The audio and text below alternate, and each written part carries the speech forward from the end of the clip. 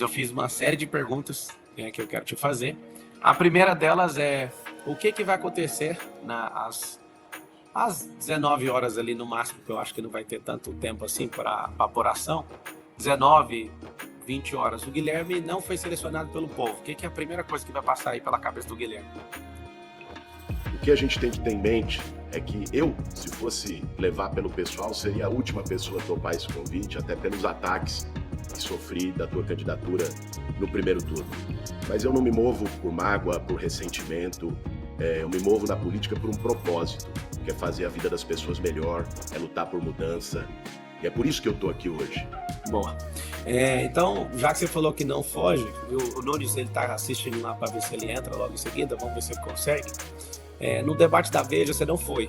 E aí, como a gente está numa entrevista de emprego, lá você não foi. Foi você, o Nunes e o Datena que acabou não indo. Em poucas palavras, para a gente conseguir fluir bem na entrevista. Como eu disse, aqui não vai ter baixaria, vai ser com respeito.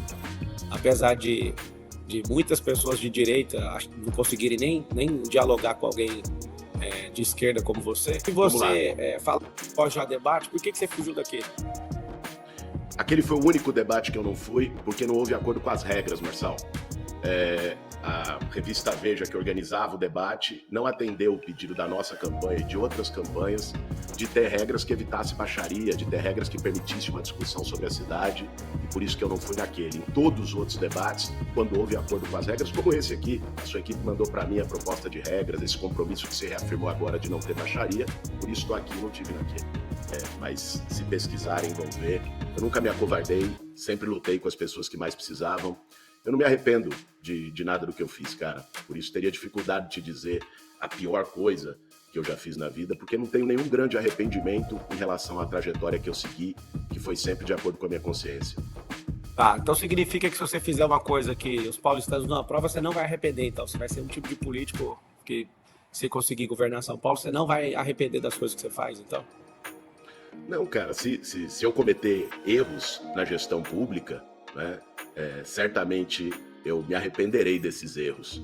O que eu tô te dizendo é que eu não tenho arrependimento do que eu fiz até agora na minha trajetória, tanto na minha vida pessoal como na minha vida política. Deixa eu te fazer outra pergunta. O que seria de São Paulo e do Brasil se não tivesse as empresas? Você sabe responder isso nesse processo seletivo aqui? Claro. Veja só. Vamos tirar de empresa. O que seria o Estado, São Paulo, e o que seria o Brasil? Veja só, cara, a gente vive num país capitalista. São Paulo é a cidade mais pujante economicamente desse país. Portanto, as empresas têm um papel decisivo num país capitalista, que é poder gerar empregos para que as pessoas possam trabalhar. Essa ideia de que eu ou a esquerda sejamos contra empresas não é uma ideia verdadeira. Aliás, um período em que as empresas mais prosperaram e tiveram lucro foram em governos como o do Lula, em que o país teve crescimento econômico importante. O que eu não concordo e não admito, né, é que empresas entrem no poder público para poder apenas ter o seu lucro e prestar um serviço muito ruim para a população. Esse tipo de coisa eu não admito. Empresa aqui em São Paulo, pegando o caso da prefeitura, que trabalha com a prefeitura e faz o trabalho sério, vai ser valorizada no meu governo. O que não pode ter é aqueles que queiram apenas ganhar e prejudiquem a população com isso. Você acredita na prosperidade? Lógico que eu acredito. A sociedade que eu luto... Então por que você está há 20 anos morando no mesmo lugar, aparentemente não prosperou? Você era um cara que teve instrução em boas escolas, teve o pai, né? Eu acho que seus pais são médicos. Como é que você acredita numa coisa que você não vive? Porque o salto que você tem patrimonial, se você for olhar, ele é desde quando você virou deputado. Como é que você pode lutar pela prosperidade, sendo que isso não aconteceu na sua vida? Só depois que você entrou para ter um cargo público que você teve... Eu sei que às vezes a headline assusta, mas desde quando você virou deputado, você teve um aumento de 800 e poucos % de... Segundo notícia, né? Eu não conheço o patrimônio, mas segundo notícia... Posso. Se você me permitir dar o tempo até de explicar isso aí, eu acho que as pessoas vão poder entender melhor, né? Mais do que uma headline. Vê só, eu trabalhei minha vida toda como professor. Antes de me formar, já estava no último ano da faculdade de filosofia, fui dar aula numa escola estadual chamada Maria Auxiliadora e desde então trabalhei como professor nos últimos 20 e tantos anos. Professor, cara, é uma profissão que não dá dinheiro. É uma profissão que você faz por vocação, por acreditar. Eu me considero uma pessoa próspera trabalhando como professor, porque fazia o que eu gostava, porque nunca passei necessidade, a minha família nunca passou necessidade, sempre pude ter um padrão de vida compatível com o que eu ganho, né? Então, a prosperidade, Marçal, para mim, não é apenas os cifrões que as pessoas têm na conta bancária. Eu concordo que as pessoas que sigam pelo caminho de empreender e consigam prosperar do seu jeito precisam ser valorizadas pelo Estado e pela Prefeitura. A Prefeitura não pode aparecer para quem empreende só para cobrar boleto, como acontece hoje. Pergunte, eu tenho conversado com muitos pequenos comerciantes, tenho conversado com muitos jovens empreendedores da periferia, e hoje a Prefeitura aparece mais para dificultar a vida dele do que para dar um empurrãozinho, né? Eu, como prefeito de São Paulo, já assumi vários compromissos, Marçal. Um deles será criar a Agência Municipal de Crédito, um juro subsidiado para poder ajudar esse empreendedor a ter um empurrãozinho, a poder seguir o seu trabalho. Outro deles é criar o Acredita Mulher, para poder ajudar a mulher, a manicure, a esteticista, a salgadeira, a poder tocar o seu trabalho. A prefeitura não vai aparecer só para cobrar boleto, como é hoje na gestão do Ricardo Nunes. Vai aparecer para ajudar. Então, como é a empresa? Porque se você concordou que o empreendedorismo liberta, a gente precisa libertar o povo. Né? Quem quer ser funcionário público, que seja funcionário público. Quem quiser ser funcionário privado, que seja funcionário. Mas o que mais gera imposto, o que mais gera emprego, o que mais gera inovação, o que mais gera crescimento no país é empresa. Não é um empresário. Empresário é a pessoa que tem CPF e que vai lá e arruma um CNPJ para pôr nas costas. Né? Parece que até é uma vantagem o cara, mas na verdade a maior parte das empresas não tem nem lucro no Brasil e o cara sofre para fazer. Eu quero, nesse recrutamento e seleção, saber o seguinte: você realmente acredita que o governo tem que estimular o trabalhador a virar empreendedor? Sim ou não? Marçal, aquele trabalhador que queira virar empreendedor, o governo tem que dar oportunidade para ele. Ó, o pessoal que tá assistindo, aperta o like aí, chama o Nunes, inclusive. Eu acho que a única coisa que o político tem medo, de verdade, é do povo. Então chama o Nunes, que a minha intenção aqui é entrevistar no mesmo nível que eu tô entrevistando o Guilherme. Para vocês que às vezes estão furiosos aí comigo, o Marçal não tá batendo no Guilherme. Eu fiz de tudo da campanha. Eu não tá valendo mais a campanha, eu fazer algo, né, para tocar o terror na vida de ninguém aqui, mas eu tô aberto a fazer entrevista. Eu gostaria que o Nunes, eu sei que você tá assistindo aí, que você, seu time, tomasse a decisão de entrar logo em seguida. Pelo respeito, né, da quantidade de votos que eu tive aí, eu tô aqui em Roma, eu poderia virar as costas aí, mas eu tô aqui humildemente fazendo essas perguntas, né? Preparei perguntas para você também. Se às vezes você estiver preocupado, não vou tocar em nada de pejorativo, quero mostrar a lucidez mesmo, que tem muita paixão na política. Então... Cara, não existe bala de prata em caixa público, não. Existem medidas que têm que ser tomadas para melhorar aquilo que já tem. Eu citei para você 3 medidas que melhorem. Agora, é importante, Marçal, porque esse diálogo é entre nós dois aqui, mas como você colocou no início da tua fala, esse diálogo também é com mais de 1.700.000 pessoas que apostaram em você, que votaram em você no primeiro turno. E eu sei que muitas dessas pessoas estão cogitando no próximo domingo votar no Ricardo Nunes, até por razões ideológicas e tudo mais. Mas é importante que essas pessoas que estão assistindo a gente agora ou vão assistir a gente depois, saibam que se fizerem isso, vão estar votando em alguém, cara, que é um covarde, que foge de discussão, que foge de debate, que fugiu de estar aqui, que fugiu de perguntas incômodas como essa ao longo de toda a campanha, feitas não só por mim, feitas por você, feitas pela Tabata, feitas pelo Datena, feita por outros candidatos. Porque eu não tenho nenhum problema em reconhecer uma ideia boa do meu adversário se ele for adversário político. Isso é ter cabeça pequena. Por exemplo, o Ricardo Nunes, inclusive, acertou numa ideia. Foi uma das poucas coisas boas que ele fez no governo, foi o da faixa azul de motocicleta. E me perguntaram no debate, um jornalista perguntou, você estava lá, o que eu faria? Eu falei, eu vou manter e vou ampliar. Porque eu não tenho nenhum problema em reconhecer ideia boa e não vou ficar com birrinha, porque é a ideia do adversário. Agora, quando falam em dialogar com esse eleitor, em posições que você tinha, nós temos que lembrar uma coisa, Marçal. Quem votou em você no primeiro turno, votou porque não estava satisfeito com a cidade como está. Votou para mudar. E eu entendo a indignação do eleitor que votou em você. Do cara que queria, falou, pô, esse sistema podre que vem desde o Dória, vamos mudar, o Centrão. O que eu estou enfrentando nesse segundo turno... O que é que essa rejeição sua é absurda? O que você acha que é? Umas 2, 3 coisas que bate na cabeça do paulistano e o paulistano fala assim, não dá para engolir esse cara. Cara, rejeição, ela tem a ver com duas coisas. Tanto a minha quanto a tua, também no primeiro turno. Rejeição tem a ver com tomar lado, e eu nunca tive medo de tomar lado. As pessoas podem me criticar pelo que for. Podem concordar ou discordar das minhas ideias, mas elas sabem quais são as minhas ideias. Eu nunca fiquei em cima de muro, nunca fiquei escondendo, tendo duas palavras. Então, isso é parte da rejeição. Quando você toma lado, toma partido, você ganha de um lado partidários que concordam com você e você ganha do outro lado haters, pessoas que não gostam de você.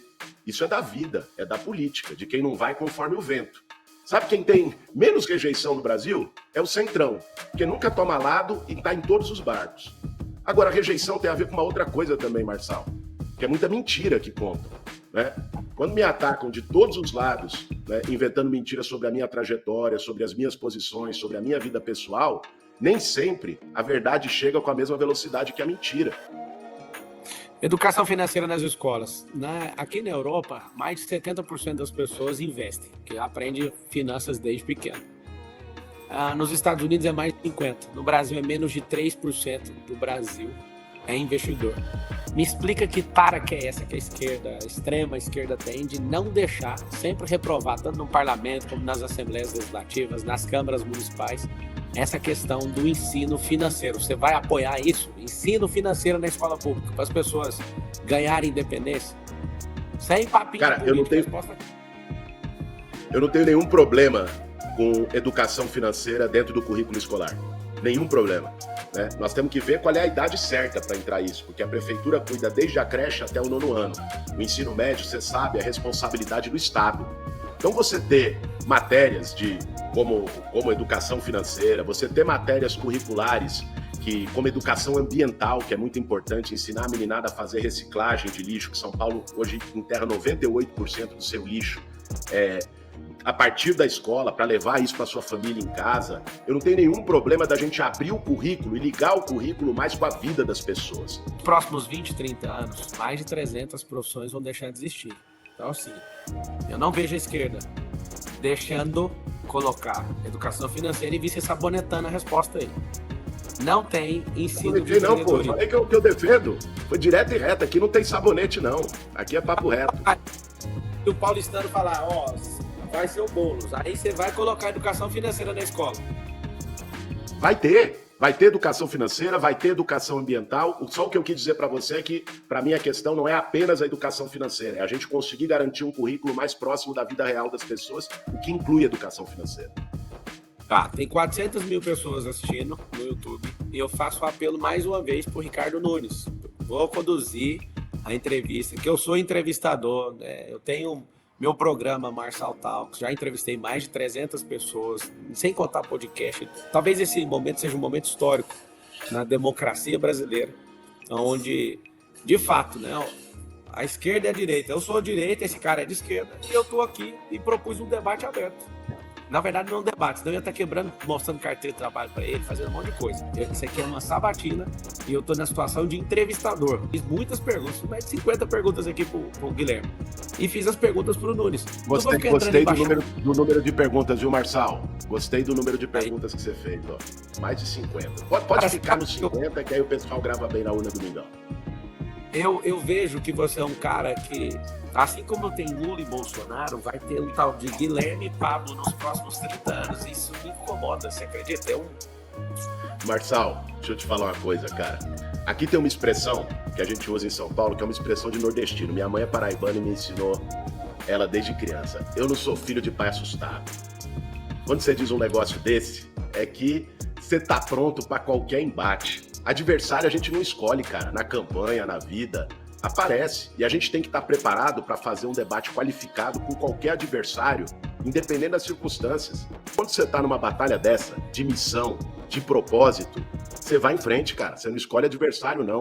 Nem o de agora, nem o dos próximos 30 anos. É assim que tem que ser, né? É assim que eu acredito, é assim que eu ajo, desde que eu entrei na política. Uma palavra. Vou te falar o nome da pessoa, você vai definir em uma palavra. Bolsonaro. Cara, Bolsonaro foi um péssimo presidente para o Brasil, um cara que zombou das pessoas na pandemia, isso é imperdoável. Fernando Henrique Cardoso. Cara, foi um cara que eu, moleque no movimento estudantil, fiz oposição a ele. né? Porque não representa as ideias que eu acredito. Fernando Collor. Ladrão de marca maior. Dilma Rousseff. Dilma Rousseff, uma mulher corajosa, né? Que enfrentou desde tortura na ditadura militar a depois todos os ataques que sofreu no governo. E Jesus Cristo. Jesus Cristo, acho que uma inspiração para todos nós que somos cristãos. Tarcísio, uma palavra. Um governador ruim para São Paulo. Não, essa aí eu vou deixar você explicar por que ele é ruim. Vou explicar. Ele se elegeu em cima dos votos do Bolsonaro. Aí quando o entrevistador da pesquisa perguntava por que, ficava aquele som do grilo. Era só propaganda que o Tarcísio está há 2 anos no governo.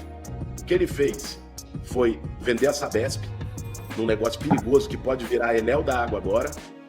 O cara, em 2 anos, não conseguiu deixar um legado de melhoria para o povo. Por isso que eu acho que não é um bom governador para São Paulo. O que está em jogo nessa eleição agora é o Tarcísio poder usar... Só completar esse raciocínio, o que está em jogo nessa eleição é o Tarcísio usar a cidade como trampolim, botando um fantoche aqui, para ele largar o governo e ser candidato a presidente.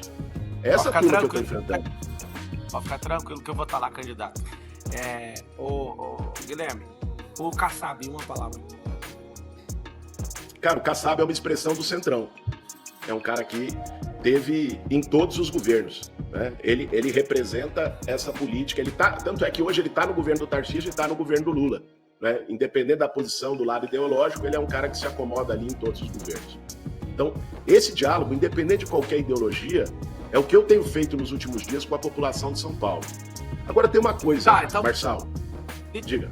Se tivesse o Nunes e o Marçal agora, você votaria em quem? Rapaz, eu vou te dizer, eu apertaria 50 na urna. Vou ser franco com você, não votaria nem em você, nem no Ricardo Nunes, apertaria 50 na urna. Você tá falando que você vai anular o voto, então, Votou.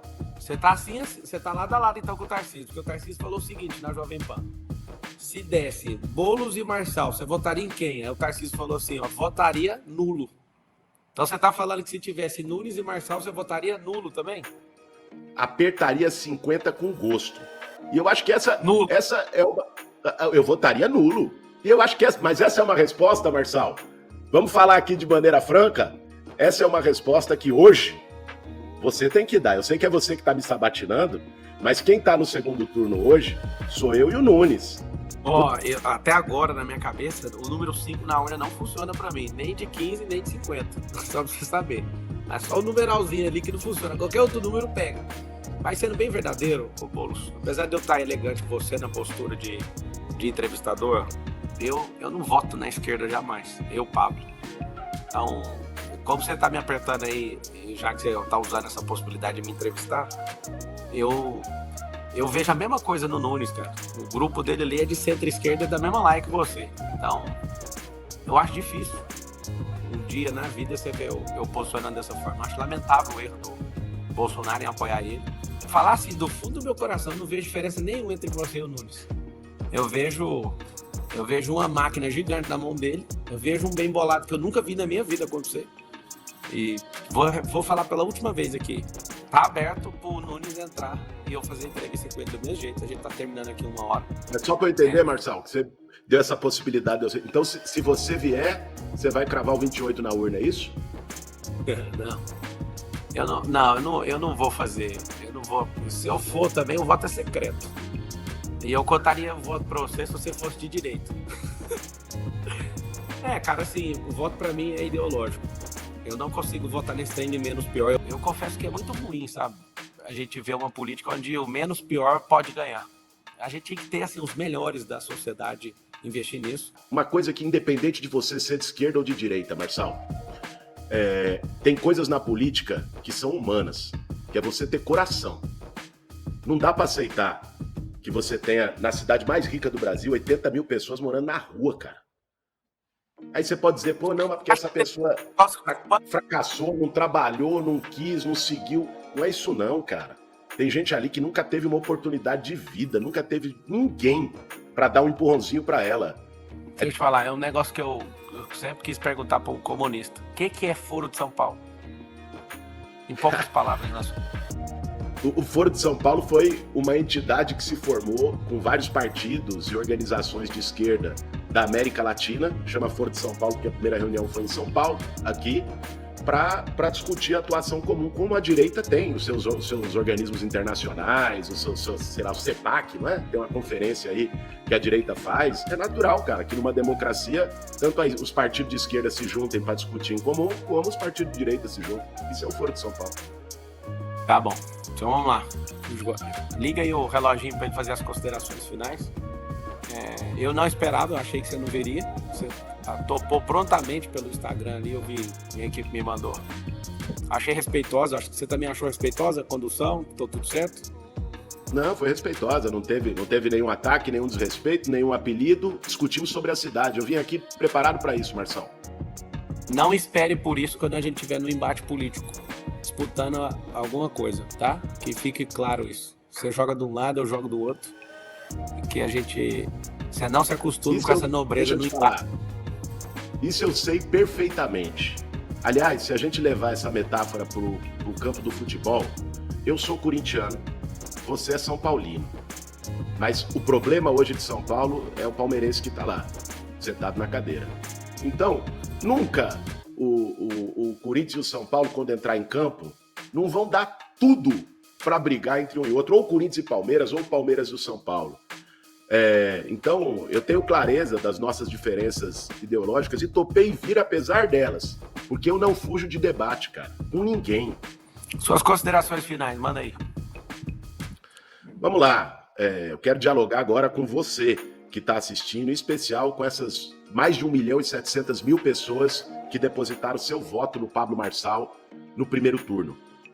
Quando você votou indignado com um grupo político, com uma corja, com um sistema, com um centrão, que está aí desde o Dória, saibam que é esse sistema que eu estou enfrentando e que está fazendo de tudo, com mentira, com ataque, com grana, né, para tentar nos derrotar no próximo domingo. O candidato à mudança nesse segundo turno sou eu. Né? Nós representamos a mudança para a cidade de São Paulo para não ficar mais 4 anos com essa turma. Gente, pensa bem. Esquece por um momento a diferença ideológica, o que você pensa de mim, o que não pensa. O cara teve a chance dele e não fez. Ele teve 3 anos e meio. Olha como é que tá a cidade. Então, o apelo que eu faço para vocês é que nesse domingo votem pela mudança na cidade de São Paulo. Votem nos 50, né?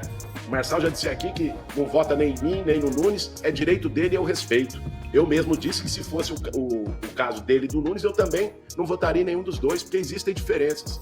Mas você, pense bem. O que está em jogo é a possibilidade de mudança na cidade de São Paulo, de derrotar essa turma de centrão que está governando a cidade, de derrotar esse sistema apodrecido que tomou conta dos contratos, que montou esquema com o nosso dinheiro e de dar uma oportunidade para São Paulo.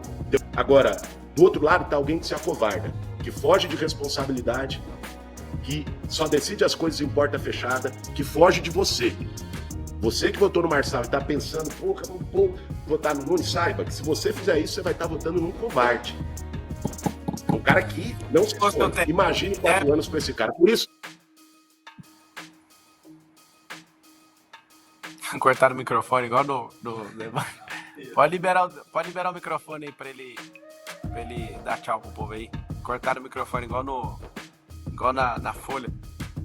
Tá cortaram meu microfone? Eu não vi, pô. Eu fiquei falando aqui que tava com o microfone cortado. Não. Cortou só o finalzinho. Guilherme, que Deus tenha piedade de São Paulo. Você já sabe que meu voto você não tem. E foi respeitoso, eu já disse aí. Que Deus abençoe São Paulo, que as pessoas estejam iluminadas, que vocês não desanimem na hora de votar. Vou falar que o Ricardo não vai aparecer. Eu vou ligar no celular do prefeito. O Boulos, ele já sabe que meu voto não tem. E o Ricardo, por não aparecer, também não tem meu voto, né? Então, eu coloquei algumas condições lá. Eu liberei o eleitorado para fazer o que bem entender. Eu não sou dono dos votos. As pessoas confiaram em mim no primeiro turno e elas, né, cuidam da própria vida a ponto de saber o que elas podem fazer. Deus te abençoe aí, tá? O Guilherme Boulos, e a gente finaliza aqui. É o seguinte, é um momento um pouquinho difícil para mim, tá? Eu confesso meu desconforto, bem difícil. Eu sei que vai sair muito corte na internet, eu decidi fazer isso, eu vou ligar aqui pro Ricardo. Estamos ao vivo com quase 500 mil pessoas em todas as redes sociais. Vou ligar para ele e se ele não quiser, eu vou finalizar. Vou ligar, tô ligando pro prefeito. Se eu tratei o Guilherme nesse respeito, você também tem que esperar o mesmo respeito. Tá chamando aqui, ó. Não tem o número dele aqui, mas vou mostrar pra vocês, ó. Tá ligando aqui, ó. Tá aí a foto do prefeito de São Paulo que quer. Tô chamando aqui agora, ao vivo. Se ele não atender, a minha intenção de fato era colocar todos eles. Como não tá mostrando o número dele, eu tô mostrando aqui, ó. Tá chamando. E o Ricardo não está atendendo. Vou deixar chamar até cair aqui. Quando eu fiz o desafio, eu tinha certeza que nenhum dos dois iria aceitar. Essa era a minha certeza. Fiquei realmente assombrado quando o Guilherme aceitou. E o Nunes, né, como a equipe estava com acesso, falando entre as assessorias, ele aí, ó, tá chamando. Continuo mostrando para vocês aqui que tá chamando, mas não tá indo para lugar nenhum. E eu quero que todo mundo saiba disso. Todo mundo saiba, né, da minha posição. Eu ainda não decidi, eu estou descansando com a família na Itália. E eu ainda não decidi se eu vou votar no domingo. Então o Ricardo não atendeu, uma pena. Eu deixo claro aqui que o primeiro dia que eles saíram, né, o Tarcísio está preocupado com a minha candidatura a governo de São Paulo ou a presidência do Brasil, daqui 2 anos. Ele também está preocupado, né, sobre a candidatura tanto para presidente como para governador. Eles tiveram um orgulho um pouco gigantesco em relação a mim. Eu falei que se pedisse desculpa e consertasse e pegasse algumas propostas, eu apoiaria. E eu quero que vocês não fiquem chateados. Se for para ficar chateado, façam com força, sabe? Eu sou uma pessoa muito tranquila. Eu cheguei sem governador, sem presidente, sem ex-presidente, sem dinheiro público, nenhum padrinho político, só com Deus mesmo. Eu espero que Deus tenha compaixão da cidade de São Paulo, porque eu realmente não acredito em nenhum dos dois. Eu sei que você queria que eu forçasse para falar, vamos fazer tal coisa, que fazer o povo tem maturidade para isso. O povo sempre fez isso. Você vê, a gente tem um presidente até hoje como o Lula, o povo realmente cai em falácia, o povo realmente faz doideira. E aqui em São Paulo, eu vou deixar isso aberto e o povo resolve. Eles foram um pouco injustos comigo, eu não tenho problema de ego, mas é questão de princípio de honra. Era muito simples resolver isso comigo e não conseguiram resolver, né? Nem o Bolsonaro, nem o Tarcísio, nem o Nunes, nem o Malafaia, então que Deus tenha piedade. E agora era bom o Malafaia ajudar pelo menos na oração, porque ele não gravou nenhum vídeo contra o Bolsonaro, mas contra mim gravou 26 vídeos,